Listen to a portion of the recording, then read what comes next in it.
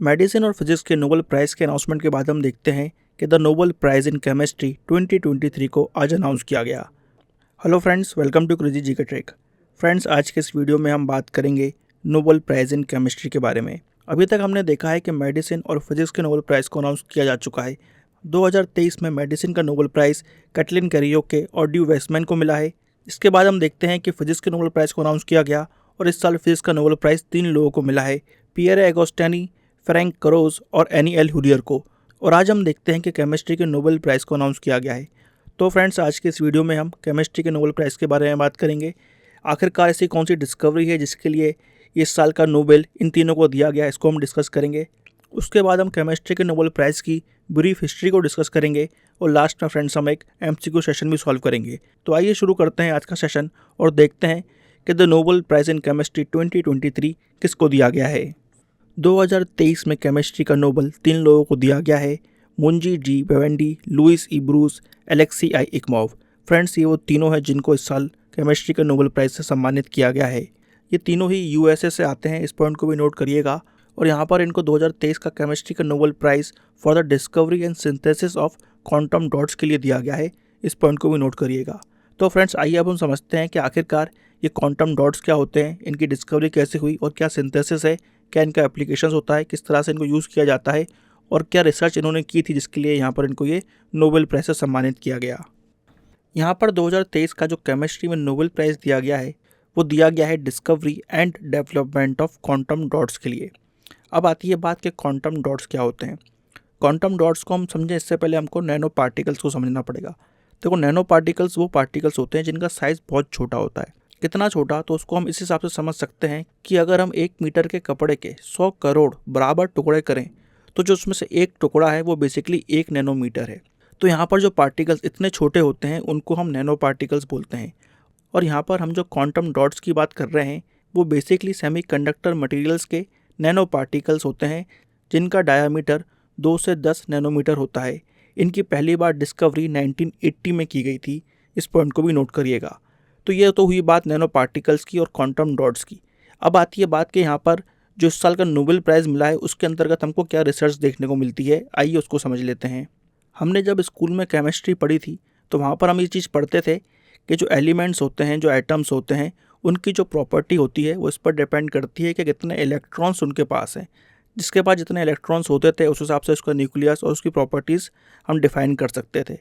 ये बात बेसिकली मूल सिद्धांत है केमिस्ट्री का। मगर यहाँ पर जब हम नैनो डायमेंशंस की बात करते हैं, इतने छोटी स्पेस की बात करते हैं, तो वहाँ पर एक चीज़ आती है जिसको हम बोलते हैं क्वांटम फिनोमेना, जहाँ पर जो पार्टिकल हैं, बेसिकली जो मैटर है, उसका जो साइज़ है वो डिफ़ाइन करता है कि उसकी प्रॉपर्टी क्या होगी। यानी कि जितनी छोटी स्पेस हम बनाते जाएंगे उस पार्टिकल की जो प्रॉपर्टी है उतनी छोटी स्पेस के हिसाब से चेंज होने लगेगी। तो यहाँ पर फ्रेंड्स इस फिनोमेना को बोला गया, इस एक्सपेरिमेंट को बोला गया particle in a box concept. यानी कि छोटे बॉक्स की वजह से जो पार्टिकल है उसकी प्रॉपर्टी चेंज हो जाएगी। यानी पार्टिकल वही है, बस साइज़ छोटा हो गया इसलिए उसकी प्रॉपर्टी चेंज हो गई। इसी चीज़ को फ्रेंड्स यहाँ पर डिस्कवर किया गया है। 2023 में केमिस्ट्री का जो नोबेल प्राइज़ दिया गया है वो इसी बात को लेकर दिया गया है कि यहाँ पर कितने साइज़ पर क्या प्रॉपर्टी हमको पार्टिकल की देखने को मिल सकती हैं। ये जो क्वांटम डॉट्स हैं उनकी क्या क्या अनयूजुअल प्रॉपर्टीज़ हैं उनको यहाँ पर स्टडी किया गया है और बताया गया है। यहाँ पर जब साइज़ छोटा होता जा रहा है तो सबसे पहले हम देखते हैं कि पार्टिकल का कलर चेंज होने लगता है। तो ये तो फिज़िकल प्रॉपर्टी है। इसके अलावा हम देखते हैं फिज़िकल प्रॉपर्टी के साथ साथ केमिकल प्रॉपर्टीज़ चेंज हो जाती हैं, मेल्टिंग पॉइंट तक चेंज हो जाता है, मटेरियल की जो खुद की प्रॉपर्टीज़ होती हैं वो भी चेंज होने लगती हैं। यानी कि कलर के अलावा और भी बहुत सारी चेंजेस हमको, electrical changes, chemical changes, physical changes, ये सब भी देखने को मिलती हैं। और इन सब प्रॉपर्टीज़ का यूज़ हमको नैनो टेक्नोलॉजी में देखने को मिलेगा। तो friends, basically quantum dots new class of material हो गए। पार्टिकल तो वही था, मगर बेसिकली जब हम साइज़ को कंप्रेस करते हैं तो यहाँ पर एनर्जी बढ़ती है और उस एनर्जी बढ़ने की वजह से प्रॉपर्टीज़ में चेंज आता है। तो फ्रेंड्स, जितनी ज़्यादा एनर्जी होती है उतना ज़्यादा कंप्रेशन होता है। तो सबसे ज़्यादा कंप्रेशन में हमको ब्लू कलर देखने को मिलता है, थोड़ा कम कंप्रेशन होगा तो रेड कलर देखने को मिलेगा। इस तरह से हमको प्रॉपर्टीज़ देखने को मिलती हैं। तो ये तो बात हुई क्वांटम डॉट्स की। अब आती है बात कि इनके यूज़ क्या है। तो सबसे पहले हम देखते हैं कि कलर्स के लिए इसको यूज़ किया जाता है, जैसे कि लैपटॉप्स और टीवी हमको QLED टेक्नोलॉजी पर देखने को मिलती हैं। इसके अलावा यहाँ पर मेडिकल यूजेस भी हैं, बायोमेडिकल इमेजेस हम बना सकते हैं, फिर यहाँ पर फ्रेंड्स क्वांटम कम्युनिकेशन के लिए इसको यूज़ किया जाता है, फ्लेक्सिबल इलेक्ट्रॉनिक्स बनाने में इसका यूज़ किया जा सकता है, सेंसर्स बनाने के लिए, और मोस्ट इम्पॉर्टेंटली फ्रेंड्स यहाँ पर सोलर सेल्स बनाने के लिए और सोलर फ्यूल्स बनाने के लिए इसका यूज़ किया जा सकता है। यानी कि सोलर एनर्जी को हम कितने अच्छे से और यूज़ कर सकते हैं, उसमें क्वांटम डॉट्स बहुत इंपॉर्टेंट रोल प्ले कर सकते हैं। तो ये सब बातें हमको बताती हैं कि क्वांटम डॉट्स का आने वाले समय में कितना ज़्यादा महत्व हो सकता है। इसलिए फ्रेंड्स हम देखते हैं एलेक्सी इकमोव, जिन्होंने 1980 से ही ये बात बताना चालू कर दी थी कि जो पार्टिकल का साइज़ होता है उसकी वजह से गिलास का कलर अफेक्ट होता है, इसको हम क्वांटम इफेक्ट बोलते हैं। फिर हम देखते हैं कुछ साल बाद लुइस ब्रूस फर्स्ट साइंटिस्ट बनते हैं जिन्होंने इस बात को प्रूव किया कि साइज़ की वजह से प्रॉपर्टीज़ चेंज हो जाती हैं पार्टिकल की। और फिर 1993 में हम देखते हैं कि मोंगी बवेंडी इस बात को प्रूव करते हैं कि केमिकल प्रोडक्शन हो सकता है क्वांटम डॉट्स का, यानी कि हम खुद साइज़ चेंज कर सकते हैं और क्वांटम डॉट्स क्रिएट कर सकते हैं अपनी रिक्वायरमेंट के हिसाब से। तो फ्रेंड्स इसलिए यहाँ पर हम देखते हैं कि इन तीनों को इस रिसर्च के लिए, इस डेवलपमेंट के लिए नोबेल प्राइज़ मिलता है केमिस्ट्री का 2023 में। तो यहाँ पर हमने डिस्कस करा कि 2023 केमिस्ट्री का नोबेल प्राइज़ किस लिए दिया गया है। आइए अब हम केमिस्ट्री के नोबेल प्राइज़ की ब्रीफ हिस्ट्री को डिस्कस कर लेते हैं। केमिस्ट्री का नोबेल प्राइज़ भी हम देखते हैं कि 1901 में चालू हुआ था और अभी तक friends 115 Nobel prizes in chemistry दिए जा चुके हैं। 1916, 1917, 1919, 1924, 1933, 1940, 1941 और 1942 ये वो साल है जिस साल यहाँ पर केमिस्ट्री के नोबेल प्राइज़ को नहीं दिया गया है, इनको भी नोट करिएगा। अभी तक कुल मिलाकर हम देखते हैं कि 63 टाइम्स ऐसा हुआ है कि किसी इंडिविजुअल को, सिंगल पर्सन को केमिस्ट्री के नोबेल प्राइज़ से सम्मानित किया गया है। 25 बार ऐसा मौका आया है कि जब 2 लोगों ने केमिस्ट्री के नोबेल प्राइज़ को शेयर किया है और 27 बार ऐसा मौका आया है जब 3 लोगों ने मिलकर केमिस्ट्री के नोबेल प्राइज़ को शेयर किया है। और इस साल भी हम देखते हैं कि केमिस्ट्री के नोबेल प्राइज़ को 3 लोगों ने शेयर किया है। अभी तक कुल मिलाकर फ्रेंड्स केमिस्ट्री के अंतर्गत हमको 194 लॉरिएट्स देखने को मिलते हैं, जिनमें से फ्रेंड्स 192 इंडिविजुअल्स हैं, क्योंकि 2 लोगों को यहाँ पर 2 बार नोबेल प्राइज़ मिला है केमिस्ट्री का, इसलिए यहाँ पर हमको फ्रेंड्स 192 इंडिविजुअल देखने को मिलते हैं। यहाँ पर फ्रेडरिक सेंगर और बैरी शार्पलेस वो व्यक्ति हैं जिनको केमिस्ट्री के नोबेल प्राइज़ से 2 बार सम्मानित किया गया है। बैरी शार्पलेस को फ्रेंड्स पिछले ही साल नोबेल प्राइज़ मिला था केमिस्ट्री में, जो उनका दूसरा केमिस्ट्री का नोबेल प्राइज़ था, इसको भी याद रखिएगा।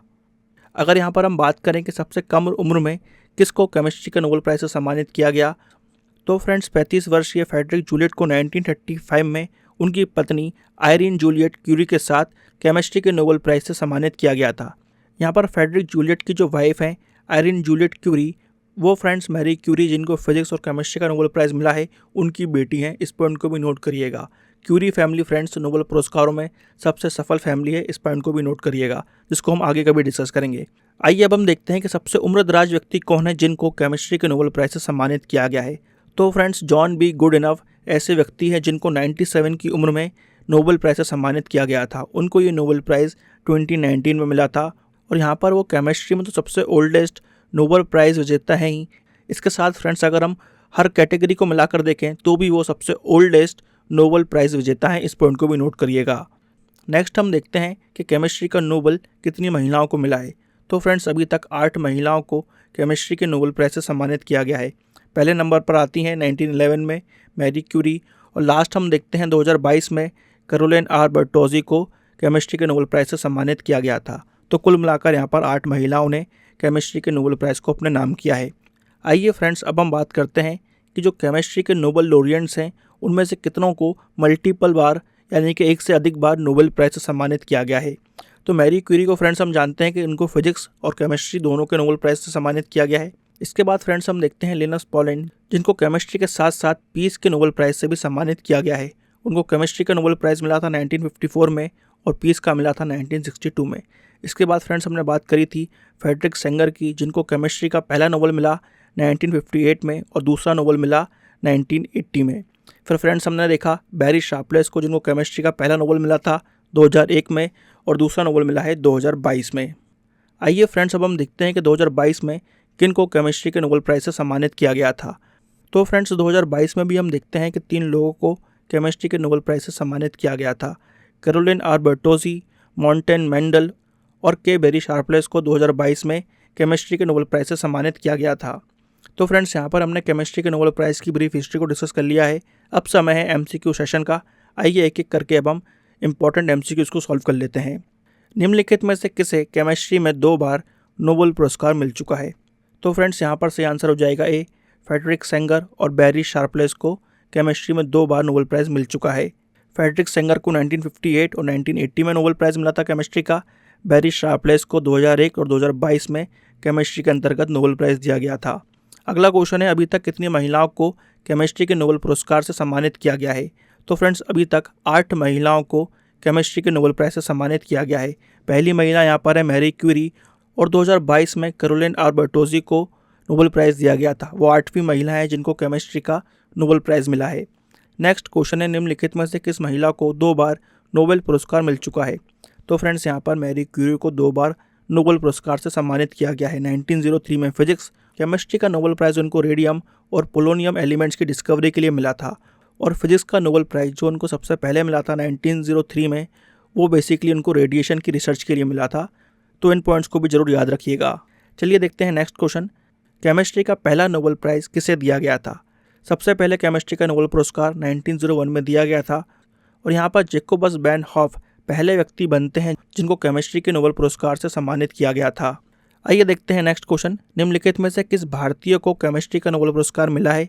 2009 में वेंकट रमन रामाकृष्णन को हम देखते हैं कि केमिस्ट्री के नोबेल पुरस्कार से सम्मानित किया गया था for his discovery of ribosome structure.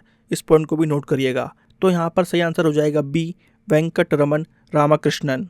अगला क्वेश्चन है, केमिस्ट्री का नोबेल पुरस्कार किस ऑर्गेनाइजेशन द्वारा दिया जाता है? तो फ्रेंड्स ककेमिस्ट्री और फिजिक्स का नोबेल प्राइज़ हम देखते हैं कि the royal Swedish academy of sciences द्वारा दिया जाता है।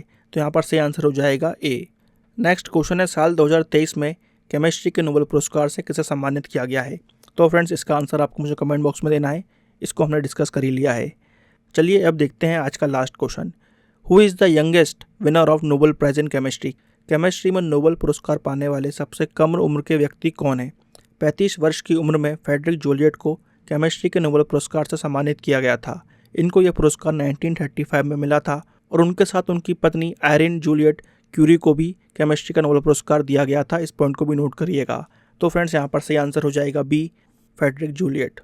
तो फ्रेंड्स यहाँ पर हमने the Nobel prize in chemistry 2023 को डिस्कस कर लिया है।